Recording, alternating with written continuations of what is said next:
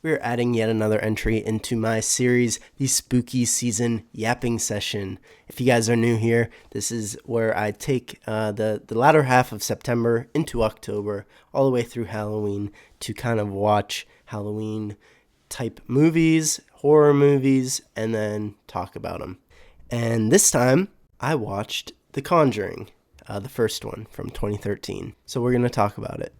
What have I seen in the Conjuring universe? Basically nothing except the first Annabelle movie. That's about it. So I thought it was only fitting that for this Spooky Season Yapping Session, I would visit one of the classics when it comes to horror movies, which is The Conjuring. So what is it? It's a story of basically, I guess this is true for most of the movies in this Conjuring universe. It follows the two, you could call them ghost hunters, demonologists, Lorraine and Ed Warren, who were real people. And this is one of their cases, that they go to this house that's been haunted, basically, and there's this whole thing going on where a witch used to live on that property. She went crazy. She was trying to get in good spirits with the devil himself, win his favor, so she sacrificed her kid to him and then ended up taking her own life. You could see it right here, the little noose on that tree. And then this movie goes through the events of the family, the current day family, not current day. It takes place in the 70s, back in the day, 71, I think, if my memory serves. But it follows the family that was in the house experiencing these hauntings, this possession, this and that and that and that. What am I saying? Anyways, so after they've had enough, they're like, geez, we can't be doing this anymore. We're freaking out. Things are happening. We can't even live in our house anymore. But when we try and leave, it's still following us. So they call in the big guns, Ed and Lorraine Warren, who are used to this sort of thing. So they come in. They figure out what is happening there, why it's haunted, who is haunting it, that sort of thing. So they bring in their team of people, plus the sheriff of the town, and they capture this demon, this ghost, this witch, spirit of this witch, and they cast her out. It gets crazy, it gets insane, as all horror movies tend to do. But yeah, then at the end of the day, it's like, hooray, we beat them. Let's all gather in a circle and sing Kumbaya. So, my thoughts on it. I think in terms of a horror movie, it is done pretty damn perfectly. What do I mean by that? First, it starts with kind of talking about Annabelle. You're like, what's going on? At first I was like, did I click the wrong movie? Why are we talking about Annabelle right now? But it basically sets up who Ed and Lorraine Warren are. Here we go. We got the real people right here. Anyways, they set up their story, who they are, that they were real people. And you're like, oh, crap. So at the very beginning of the movie, they do this. They show them in this like college setting talking about their cases, what they do. And then it switches to some text. And it's like, these people were real, and this is one of their stories. So right off the bat, you're like, shit, this happened. So that's always in the back of your mind as you're watching through it. It's crazy. And then all this stuff is happening. And at the end of the movie, after they get the happy ending, it gives a quote from Ed Warren, basically saying, yeah, this stuff is real. God is real. Satan is real. You got to pick a side. And it leaves you with that. And you're like, shit, I forgot. This was a real person. This thing happened back in the day. Obviously, maybe not exactly as it is in the movie. But yeah, roughly, these events occurred. So you're like walking out of the theater, or in my case, out of my living room, thinking, oh my gosh, this is real life.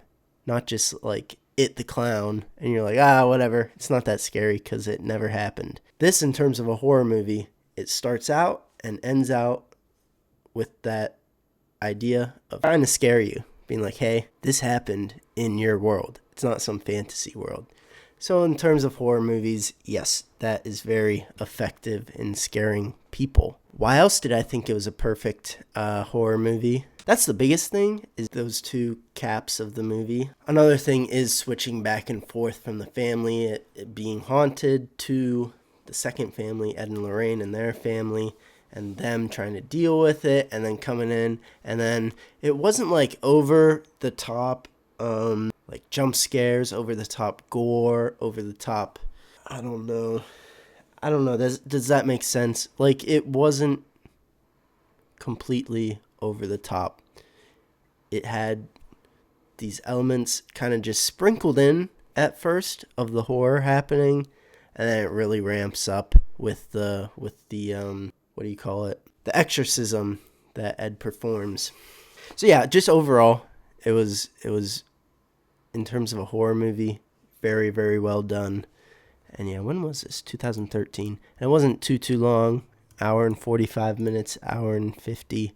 So it was perfect lengthwise. And I mean, I'm saying this stuff, I watched it at 12 noon because I didn't want to be scared at night. So I took a Saturday to watch it in broad daylight. So it wasn't as scary with that. I'm sure it would have been even more scary if I waited till 10 p.m. to watch it and then had to go to bed afterwards. But yeah, it was good. It was good in terms of a horror movie.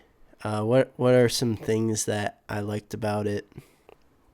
They lay it out like it is, because it's based off of a true story. They have to follow certain events, certain things that happen in this story. One of those being the religion aspect of it. Now, I know there's people who kind of, especially in Hollywood today, they like to brush off like Christianity, Jesus, God, that sort of thing. But in a story like this, you have to talk about it once again. I kind of touched on this in the Sleepy Hollow video that I did, but this one even more so, because it's like you've got these things happening, and then you've got Ed and Lorraine, who are very closely tied to the Catholic Church, to the priests and the bishop and the Pope, and at one point they had to get permission basically from the Vatican, from the Pope, to be able to have this priest perform an exorcism.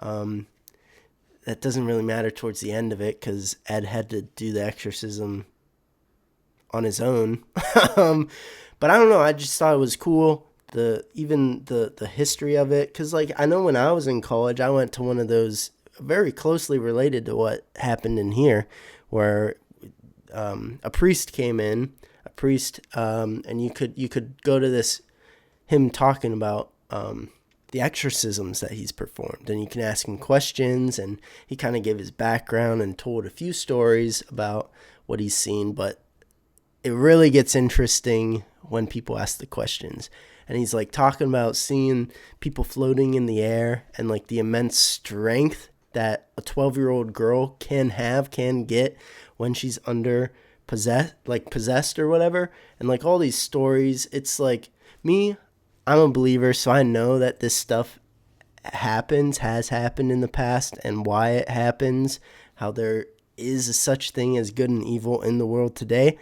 That's what I believe. I know not everyone does. People will watch this movie and be like, oh, even if you say it's real, it's really not that real. But me, I know it is. It doesn't scare me, because like the church teaches, the Catholic Church teaches that stuff like this can't happen unless you allow it to, unless you let the devil in, say yes to these sorts of things.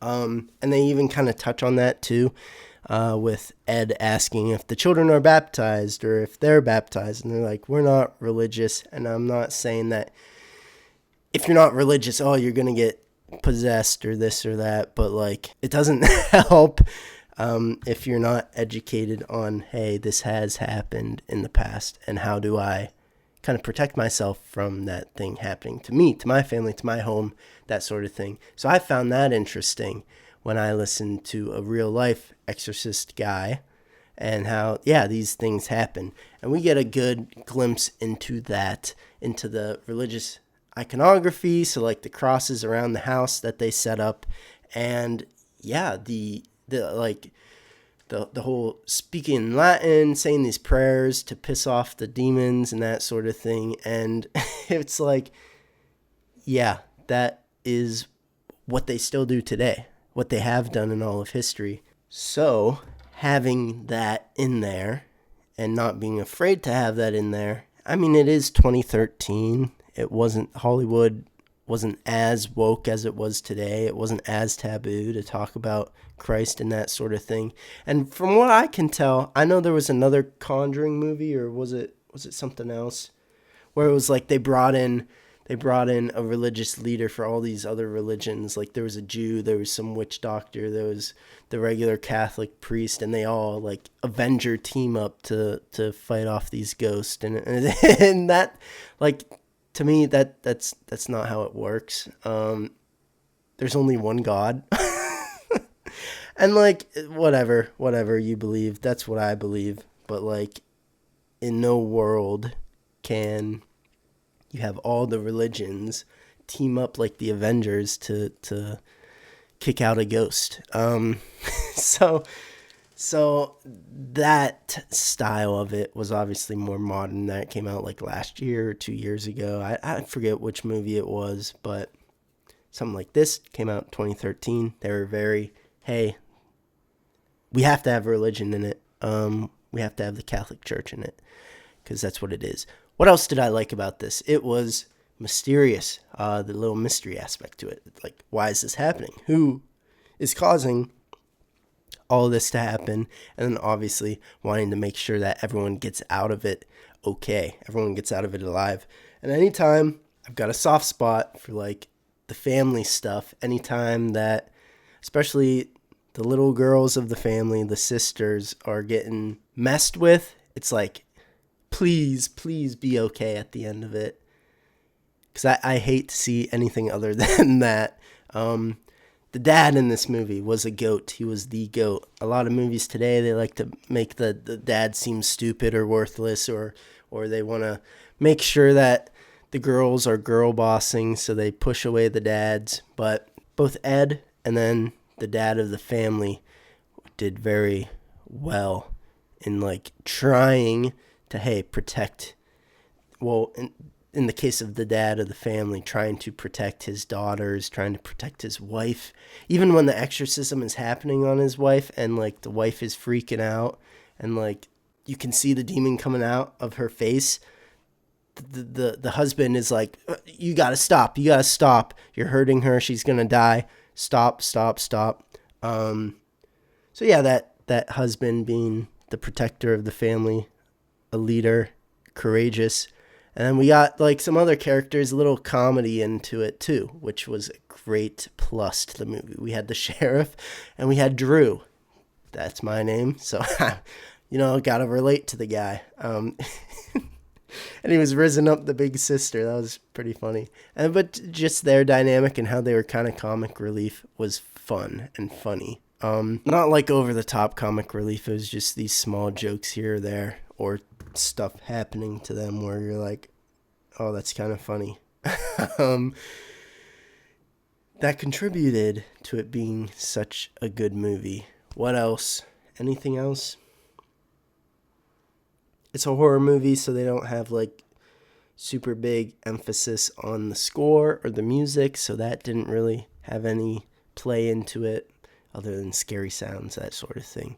What was I talking about? I was talking about the mystery of it, the little backstory. That was cool when all the pieces are coming together, and then you're finally like, oh shit, these kids of the people who live there keep dying because the same thing happens that happened to the witch, where it's like the witch killed her son or daughter or something, and then this maid lady killed her son, and then you're like, oh crap, this lady is gonna kill her kid too.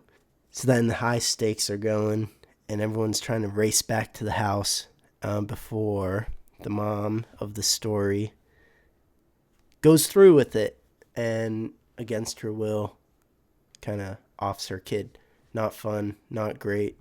But yeah, in the end, everything's okay, and they all make it out alive, which is great to see. You know, there's horror movies out there that rely on grotesqueness to do the horror. This wasn't that. It was just good old, hey, this house is haunted. We got some scary looking things happening. We got some sounds, some invisible stuff going on. And yeah, just that suspense to it. And then, like I talked about before, the ending of it, where it just kind of caps it off nicely and is like, hey, just a reminder, this was based off of a true story. And you're like, oh no, what? Was there anything I didn't like about it? No, not really. Not that I can think of. It was great all around. So with that being said, I guess I should review it, right? Give it a ranking. This time, I will rank The Conjuring number 1, 2013. I'm going to rank it a 8 out of 10. Let's do it. 8 out of 10. I think I liked this one the most so far out of all the horror/Halloween movies we've watched this October. And yeah, rightfully so. So this gets a nice high score of an 8. It was, in my opinion, damn near perfect for a horror story, a horror movie, and it was enjoyable to watch. And it made me more interested in the universe of The Conjuring. I know there's the Annabelle movies. I think are there 3? That's crazy to me. I've only seen the first one with the actual doll. And not like, I think there's like a backstory one for Annabelle. I don't know. And then like the Nun, I think that's in it. Maybe I'll do some more research on this universe and maybe pick out another one of them before Halloween comes around. But that's about it. If you guys got this far into the video, thank you. If you're into watching movies and find yourself not knowing what to watch or not remembering what you want to watch, you can check out an app that I made, Watchlist, the movie app. Just kind of, it's got a Tinder-like swiping to help you find movies, and then you can keep track of the movies that you want to watch and the movies that you've seen, kind of rank them right on the app. I will be doing that right after this. So, anything else? No, that was The Conjuring.